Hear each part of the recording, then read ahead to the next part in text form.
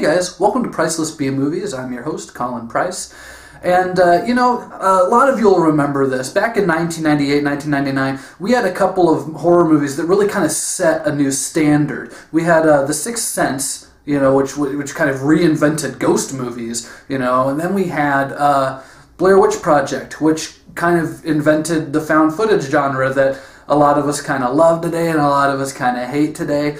I really love The Sixth Sense. It's one of my favorite horror movies of all time, but I am one of the 7 people on this planet who absolutely hated the Blair Witch Project. They hyped this thing up, and then you found out it was just 3 kids running around in the woods. I remember sitting in the theater when the movie came out and thinking, oh man, this is going to be good. This is going to be so good. Okay, this is going to get good. Oh, it's going somewhere. This is getting good. Oh, this is interesting now. Now they've... Okay, it's getting good, it's getting good, it's something's coming, it's over. Pissed me off. And now, about, 16, 17 years later, we get our first direct sequel to the Blair Witch Project. I'm not counting Book of Shadows because it never happened. Just let it go, it never happened. This is the first direct sequel to the Blair Witch Project. Blair Witch. Blair Witch is directed by Adam Wingard, who's done a couple of my favorite movies the last couple of years, including The Guest, which I've also reviewed on this page, and the film You're Next. And honestly, he's the only reason I gave this a chance. He's one of my favorite directors, and I thought for sure, well, he's going to do something fun with this. And, when I saw the trailers first, I wasn't really convinced. I just kind of thought this looks exactly like the first movie. The film stars a bunch of people whose names aren't really important because this is the only thing they're ever going to be in. I'm not even, saying that to be rude. That's just how these found footage movies go. You're never going to see these actors in another movie. They're just kind of stuck to this. It's basically the brother of the girl from the first movie finds this tape and decides to take his friends to do a documentary about her disappearance and figure out what happened to her and her friends. And they go into the woods, and blah, blah, blah, blah. We all know that nothing good is going to happen from that point on in the movie. The hardest thing about reviewing this movie is avoiding spoilers, because what I will say is that the first 2/3 of Blair Witch are basically the first 2/3 of the Blair Witch Project. There aren't many differences. They get in the woods. Everything seems okay.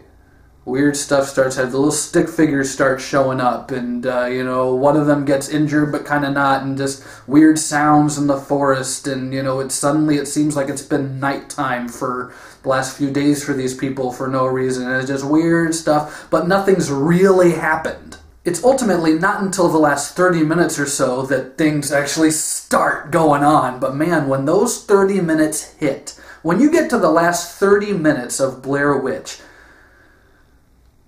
damn.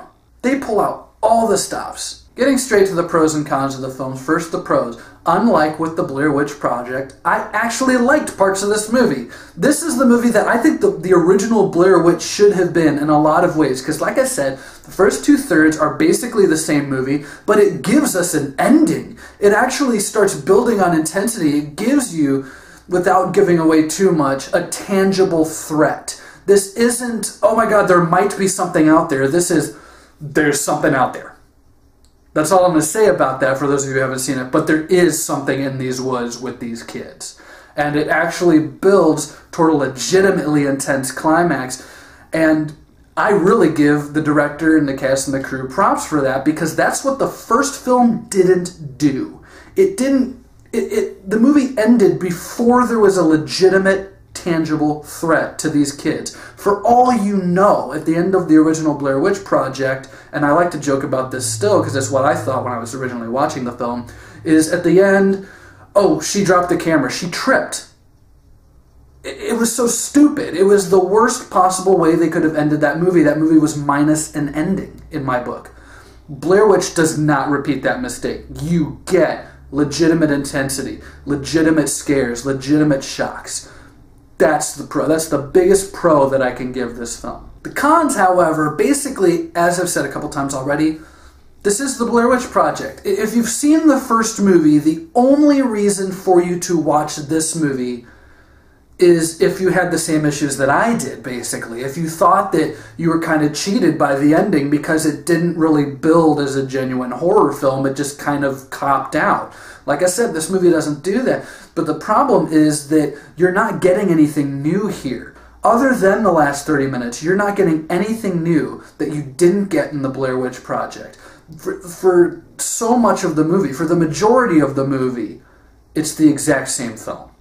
There's different dialogue, the characters' names are different, and some minor details are different, but it's the same. They go in the desert, not the desert, they go in the woods, and all this crap starts happening, and it starts happening exactly the same as it happens in the first movie. The other con is that while there are some very legitimate jump scares in this, a lot of them are just kind of lame. Like, there's a lot of, someone will be sitting there, and the camera will be pointed at the ground and or at a tree, and you think something's going to jump out, and then there's, boo, one of their friends just decided to come right up behind them and be like, hey man, and then there's some drum or instrumental that goes boom, and you're like, oh my gosh, there's a jump scare, but no, it was someone just grabbing their friend on the shoulder and going, hey, I need to talk to you for a minute.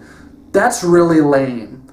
That's really lame. And with found footage movies, you shouldn't even have a soundtrack, because if the point is that this is found footage, there was no one at the campsite with these kids making these noises for these jump scares. It makes no sense, and I hate when found footage movies do that, because it takes me right out of it. Guys, at the end of the day, I'm gonna be kinda nice. I'm gonna give Blair Witch 2.5 stars. It is, in my opinion, definitely a step up from the first one, and the last 30 minutes of it are straight horror gold.